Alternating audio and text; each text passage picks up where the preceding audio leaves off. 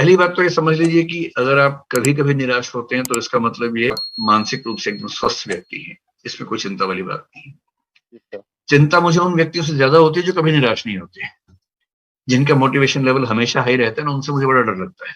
उनको लेके बहुत चिंतित रहता हूं मैं, क्योंकि वो सामान्य मनोविज्ञान से बहुत दूर निकल चुके हैं। तो यदि आप दिन भर के 24 घंटे में एक आध घंटा निराश रहते हैं, 23 घंटे उत्साह से भरे हुए हैं, या महीने की बात करें तो महीने के आप 25, 26, 27 दिन उत्साह से भरे हैं और 3-4 दिन थोड़ा सा डिमोटिवेटेड रहते हैं, अगर अनुपात ऐसा है तो आप मान के चलिए कि आप मानसिक रूप से एकदम स्वस्थ व्यक्ति हैं और आपको किसी इंटरवेंशन की जरूरत नहीं है।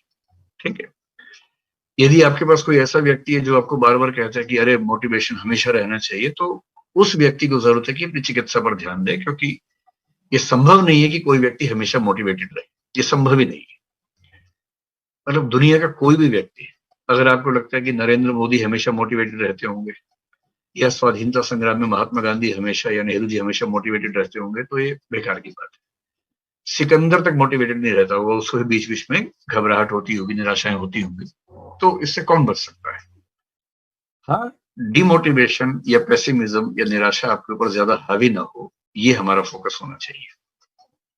तो जब आप डिमोटिवेटेड है, डिमोटिवेशन की वजह आमतौर पर क्या होती है? एक तो होती है कि आपको लगने लगता है कि आप जो चाह रहे हैं वो आपसे हो नहीं पाएगा, एक तो ये होता है। दूसरा ये होता है कि आपने जो तय किया था टारगेट, वो पूरा नहीं हो पाया। कभी कभी क्या होता है कि आपके आसपास कुछ लोग आपसे अच्छा परफॉर्म करते हैं, तो आपको लगने लगता है कि अरे मेरा कैसे होगा, इन सब की तुलना में मैं कहीं नहीं ठहरता हूँ। ये सब कारण ज्यादा होते हैं। कभी कभी आपको चिंता होती है कि अगर आईएएस नहीं हुआ, कोई बैकअप ऑप्शन तो है ही नहीं, फिर जीवन कैसे गुजारूंगा? या तो आईएएस या सड़क पे, ये तो बहुत बड़ा खतरा हो गया ना। इतना बड़ा खतरा लेके चलेंगे तो डर लगेगा ही। तो इन 3-4 चीजों को दूर करने का स्टेप बाय स्टेप तरीका ये है कि पहली बात, अगर आप किसी बहुत अच्छी आर्थिक पृष्ठभूमि से नहीं है तो एक बैकअप ऑप्शन साथ में लेके चलिए, उससे आपको डर कम लगेगा।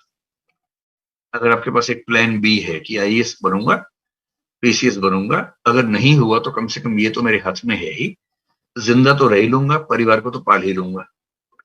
ये भरोसा होते ही आपके डिमोटिवेटेड होने की एक वजह खत्म हो जाती है।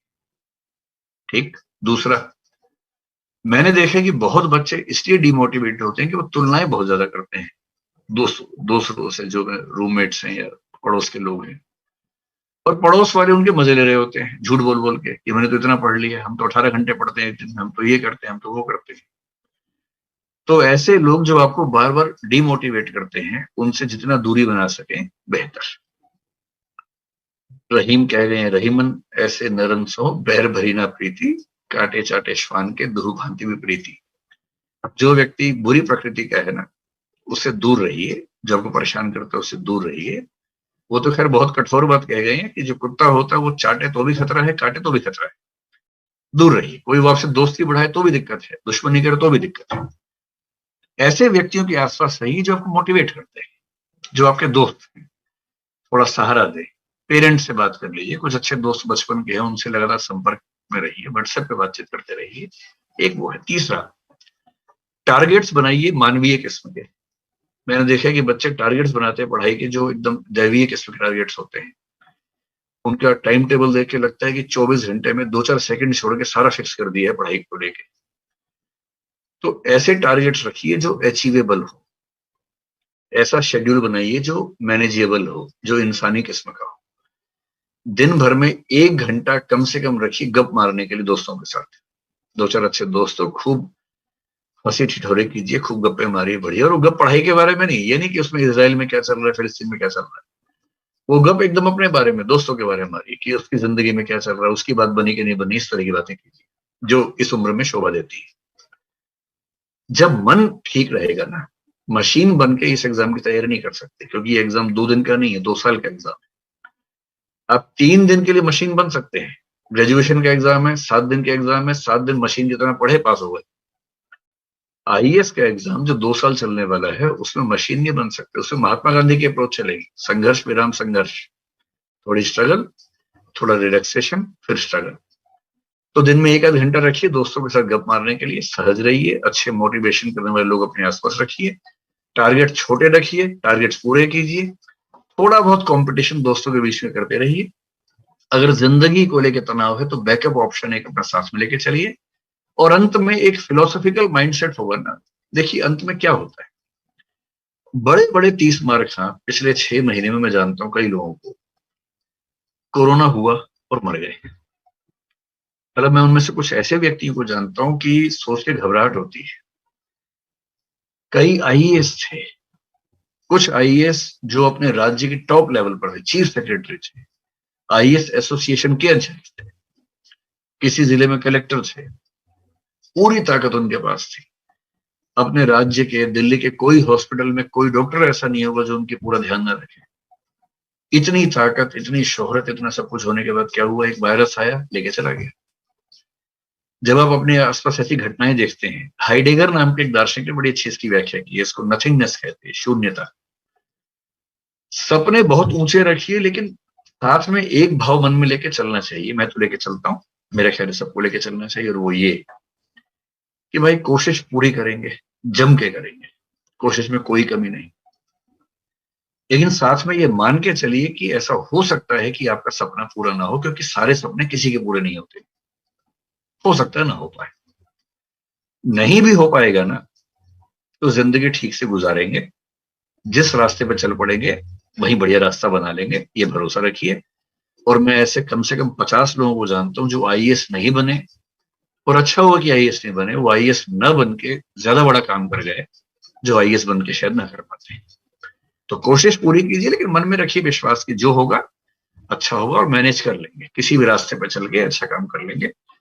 आजकल सबसे अच्छी बात यह है कि इतने सारे अवसर हैं, हर फील्ड में इतने अवसर हैं कि आप किसी भी रास्ते पर चल के कुछ कमाल कर सकते हैं। इतने मौके किसी पीढ़ी को पहले नहीं मिले जितने आपके सामने हैं। तो खुद पे भरोसा रखिए और परिस्थितियों पे भी रखिए, सब बढ़िया होगा।